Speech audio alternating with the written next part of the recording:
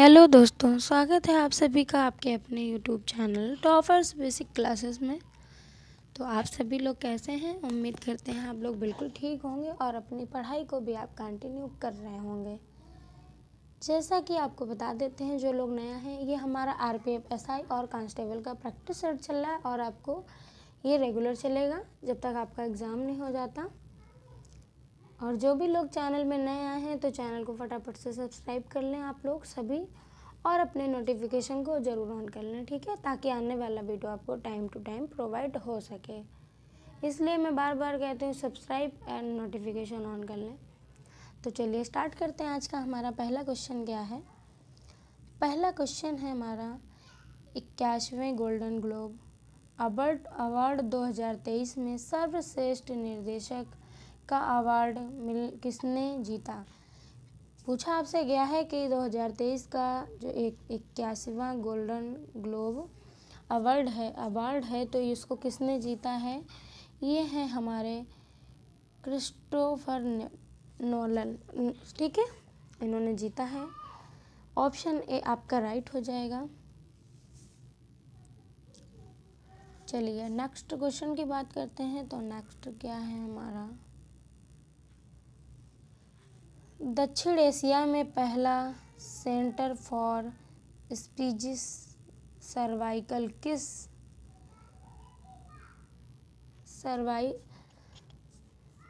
किस देश में स्थापित किया गया है? किस देश में आपके स्थापित किया है? तो ये हमारा जो किया है भारत में, ठीक है। कहाँ पे किया गया? भारत में। और दक्षिण एशिया में पहला सेंटर फॉर स्पीशीज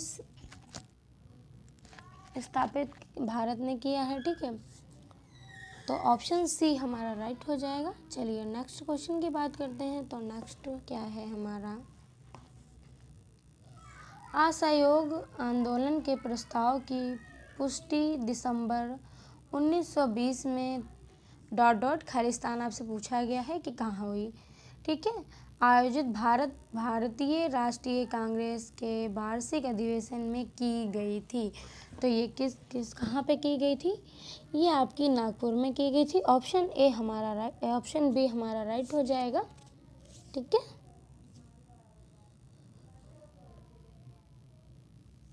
और सितंबर आपके जो 1920 में कलकत्ता में संपन्न भारतीय राष्ट्रीय कांग्रेस का विशेष अधिवेशन का पहला महात्मा गांधी ऐसे करके उन्होंने असहयोग प्रस्ताव को प्रस्तावित किया था, ठीक है। और जो आपका नागपुर अधिवेशन हुआ था, तो उसकी बात करें, नागपुर अधिवेशन में कांग्रेस के संविधान में संशोधन किया गया था, ठीक है। और नागपुर कांग्रेस के वार्षिक अधिवेशन में असहयोग प्रस्तावित CR दास ने प्रस्तावित किया था। और बात करें गांधी जी, तो गांधी जी द्वारा ये असहयोग आंदोलन 1 अगस्त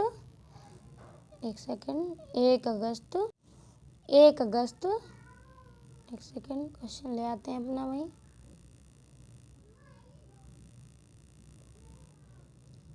तो गांधी जी ने कब 1 अगस्त को इसको वो किया था, ठीक है, प्रारंभ किया गया था। और 12 फरवरी 2022 को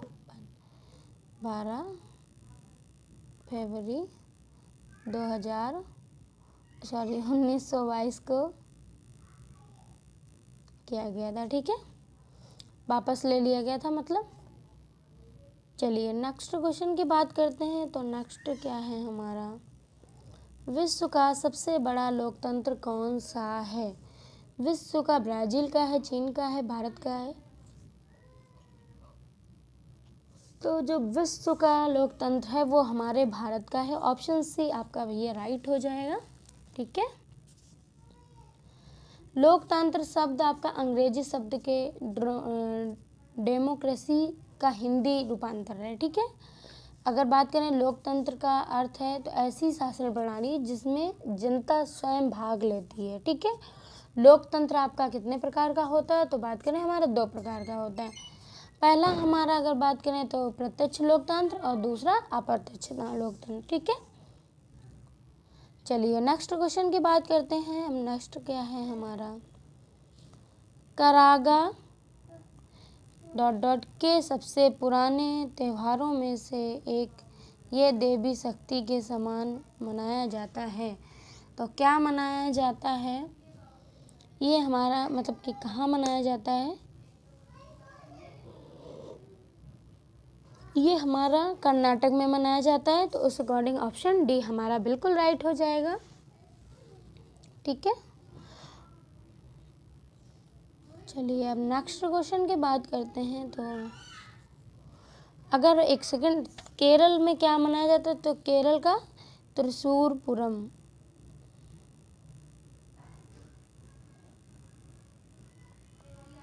ठीक है, और दिया है हमें तमिलनाडु, तो हम इसको इरेज करते हैं, तमिलनाडु को लेते हैं। तमिलनाडु में आपका कौन मनाया जाता है? तो थाई पुरस। ठीक है, ये आपका तमिलनाडु में मनाया जाता है। और बात करें आंध्र प्रदेश की, तो आंध्र प्रदेश में आपका ब्रह्म महोत्सव। ठीक है, ये आपका मनाया जाता है तमिलनाडु में। चलिए अब नेक्स्ट क्वेश्चन की बात करते हैं। तो नेक्स्ट क्या है हमारा? साई खोम मीराबाई चन्नू एक हैं, क्या है? ये कौन है आपकी? तो ये आपकी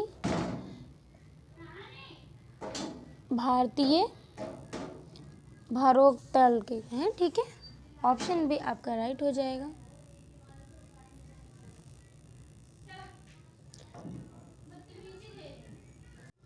चलिए नेक्स्ट क्वेश्चन की बात करते हैं। तो नेक्स्ट क्या है हमारा? एक सेकंड पेन ले लेती हूँ।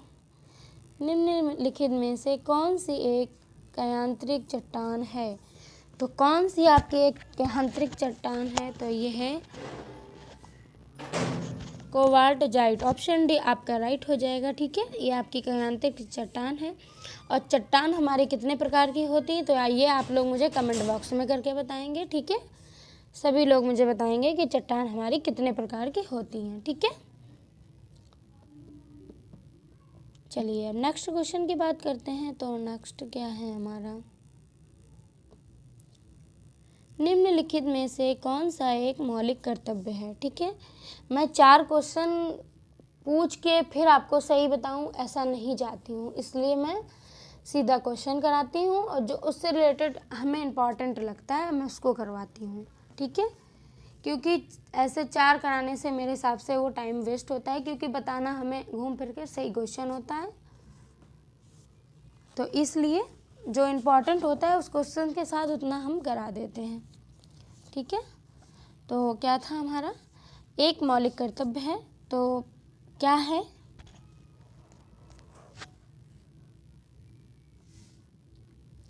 आप देखिए, अब अभियुक्तों को गरिमा के लिए अपमानजनक प्रथाओं का त्याग, ये नहीं है आपका। अगर बात करें किसी भी प्रशासनिक अधिकारी की गरिमा के लिए अपमानजनक प्रथाओं का त्याग करना, ये भी आपका बिल्कुल गलत है। पुरुषों की गरिमा के लिए अपमानजनक, ये भी आपका गलत है। ऐसी प्रथाओं का त्याग करें जो स्त्रियों के सम्मान के विरुद्ध हों। ऑप्शन डी आपका भैया बिल्कुल राइट हो जाएगा। ठीक है, और बहुत बार मैंने कई बार ये क्वेश्चन आपका कराया है सेट में कि जो हमारे मौलिक कर्तव्य हैं तो ये कहाँ से मतलब कि किए गए हैं, तो इनका जो मौलिक कर्तव्यों में कैसे जोड़ा गया, ये सरदार स्वर्ण सिंह समिति की अनुशंसा पर संविधान संशोधन में 1976 द्वारा मौलिक कर्तव्यों को संविधान में जोड़ा गया। ठीक है, ये मैंने बहुत बार क्वेश्चन कराया है आपका। और ये आपका मुझे आप लोग फिर बताएंगे कि भारतीय संविधान में मौलिक कर्तव्यों के जो कहाँ से लिया गया है। ठीक है, ये कहाँ से आप लोग लिया है, तो इसको आप लोग मुझे कमेंट बॉक्स में बताएंगे। ऑप्शन डी हमारा राइट होगा। चलिए अब नेक्स्ट क्वेश्चन की बात करते हैं। तो नेक्स्ट क्या है हमारा?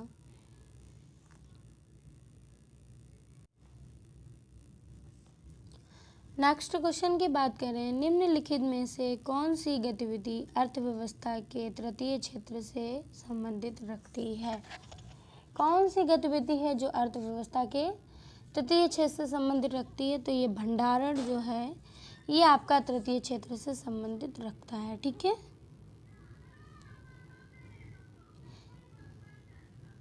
अगर प्राथमिक क्षेत्र की बात करें तो अर्थव्यवस्था का वह क्षेत्र है जो प्राकृतिक संसाधनों का सीधा उपयोग करता है, जैसे कृषि हो गई, आपकी वानिकी हो गई, पशुपालन हो गया, मछली हो गई, खनन आदि हमारे प्रथम में शामिल होते हैं। द्वितीय की बात करें तो अंतर्गत वस्तुओं का निर्माण किया जाता है।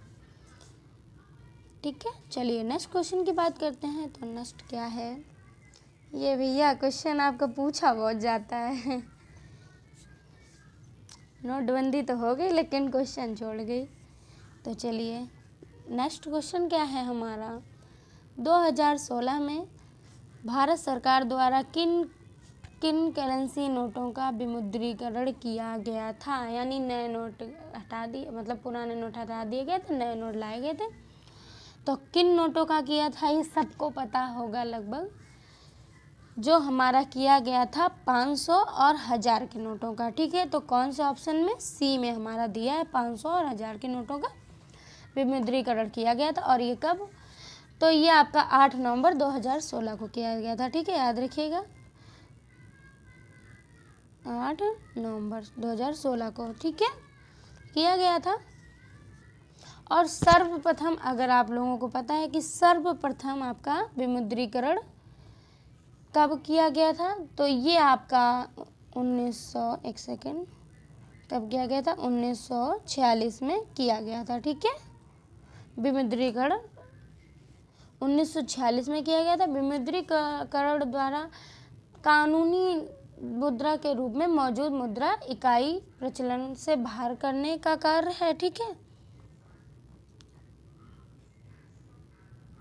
और अगर बात करें तो स्वतंत्र भारत में चौथे प्रधानमंत्री मोरारजी देसाई के द्वारा आपका 1978 में सर्वप्रथम विमुद्रीकरण किया गया था। ठीक है, 1978 में सर्वप्रथम किया गया था। और तब क्या बंद किया गया था, 1000 के नोट और 5000 के नोट बंद किए गए थे, और 10,000 के नोट को बंद किया गया था।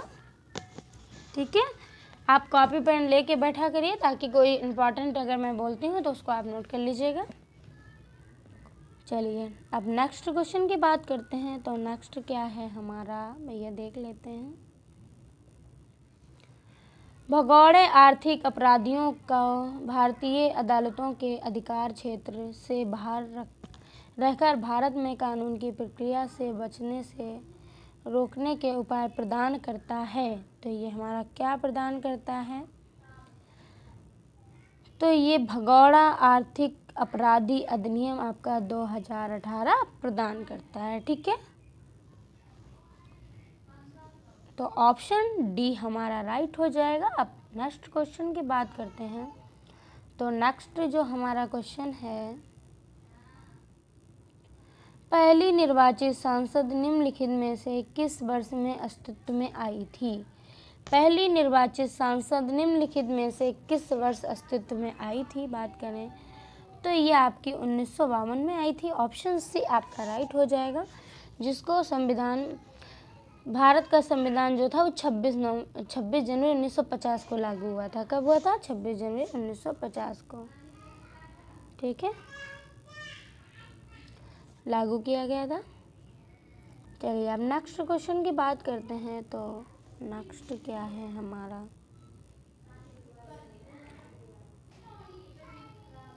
वे 1893 में शिकागो में हुई विश्व धर्म संसद में दिए गए उनके भाषण के लिए लोकप्रिय हैं। यहाँ वे किसे कहा जाता है। तो ये सभी ने लगभग पढ़ा होगा कि हमारे स्वामी विवेकानंद जी को जाना जाता है शिकागो में। ठीक है, विश्व सांसद के उनके भाषण के लिए लोकप्रिय स्वामी विवेकानंद के अगर उसकी बात करें तो 1900 ईस्वी में उनका जो पेरिस में आयोजित किया गया था द्वितीय धर्म सांसद सम्मेलन में इन्होंने भाग लिया था। ठीक है, और इन्होंने एक रामकृष्ण मिशन, एक सेकंड, और इन्होंने ही आपके रामकृष्ण मिशन की भी स्थापना की थी। और कब की थी, तो इन्होंने जो की थी, एक सेकंड, क्वेश्चन दूसरे पे पहुंच गए, तो इन्होंने ही की थी। और स्वामी रामकृष्ण मिशन की कब की गई थी, तो 1897 में। ठीक है, और रामकृष्ण मिशन का मुख्यालय जो है वो कहाँ है? पश्चिम बंगाल के, कहाँ पे है? पश्चिम बंगाल के बुलेर मठ में स्थित है आपका, ठीक है। और रामकृष्ण परमहंस स्वामी के गुरु और शिक्षक थे, ठीक है। और तो ये उनका था। चलिए अब नेक्स्ट क्वेश्चन की बात करते हैं। तो नेक्स्ट क्या है हमारा?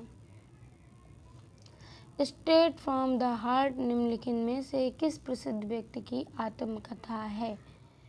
तो ये हमारे कपिल देव की आत्मकथा है, ठीक है। ऑप्शन आपका बी बिल्कुल राइट होगा।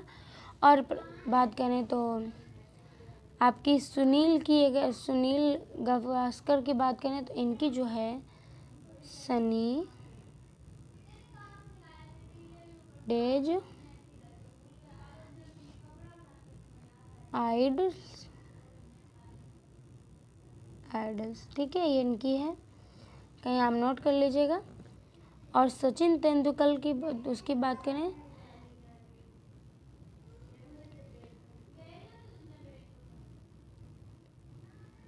तो ये इनकी है, जो सचिन तेंदुलकर की, एक सेकंड,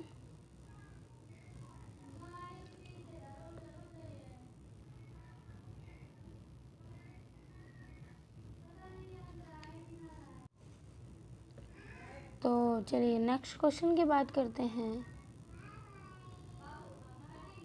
वो मुझे जो इम्पोर्टेंट लगेगा वो मैं करा दूंगी। भारतीय राष्ट्रीय कांग्रेस की अध्यक्ष बनने वाली पहली भारतीय महिला थी, कौन थी ये हमारी? तो ये हमारी सरोजिनी नायडू थी। ऑप्शन बी आपका बिल्कुल राइट हो जाएगा, कांग्रेस अध्यक्ष की बनने वाली पहली भारतीय महिला थी, ठीक है।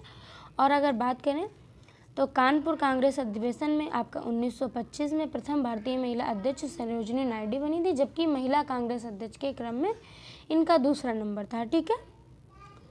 तो ऑप्शन बी आपका बिल्कुल राइट होगा। चलिए नेक्स्ट क्वेश्चन की बात करते हैं। तो नेक्स्ट जो हमारा क्वेश्चन है वो है एक सेकेंड पेन ले लेती हूँ। एक ऑप्टिकल उपकरण में लगे लेंसों की संख्या की कुल क्षमता लेंसों की अलग अलग क्षमताओं होती है, तो ये क्या होता है आपका? बीजगणितीय योग होता है। ऑप्शन सी आपका राइट हो जाएगा। चलिए अब नेक्स्ट क्वेश्चन की बात करते हैं। तो नेक्स्ट और लास्ट क्वेश्चन हमारा है आज का, यदि एक वस्तु को 0.1 फोकस दूरी वाले एक अवतल दर्पण से 0.2 m दूरी पर रखा गया हो तो वस्तु का प्रतिबिंब कितनी दूरी पर बनेगा? तो ये कितनी दूरी पर बनेगा? ये आपका बनेगा जाके 0.2 mm पे, ठीक है, 2 m पे। अगर इसके सूत्र की बात करें तो एक फार्मूला सूत्र होता है 1 + 1u बराबर 1f। ये फार्मूला आप लगाएंगे तो आपका निकल आएगा, ठीक है। तो आज की क्लास आपकी यहीं तक है, कल फिर मिलते हैं। और आप लोग सभी से रिक्वेस्ट है कि आप चैनल को ज़्यादा से ज़्यादा शेयर करें और सब्सक्राइब करें और अपने नोटिफिकेशन को ऑन कर लें। और सबसे ज़रूरी बात कि आप अपनी पढ़ाई को कंटिन्यू बना के रखें, क्योंकि एग्ज़ाम हो, कुछ चीज़ें लाइफ में हमारी ऐसी होती हैं जो हमें बार बार नहीं मिलती हैं। यानी कि कहने का मतलब अभी है ये कि अगर मेरा एग्ज़ाम लगा है हम लोगों का, तो उस पर हमें मेनली फोकस करना चाहिए। और चीज़ें हमें लाइफ में दोबारा मिलती हैं, लेकिन कुछ चांस ऐसे होते हैं जो नहीं मिलते हैं। बहुत लोगों के लिए ये अंतिम मौका होगा, तो वो बहुत प्रयास करें ताकि उनका इस बार क्लियर हो जाए। सो थैंक यू, फिर मिलते हैं, बाय बाय।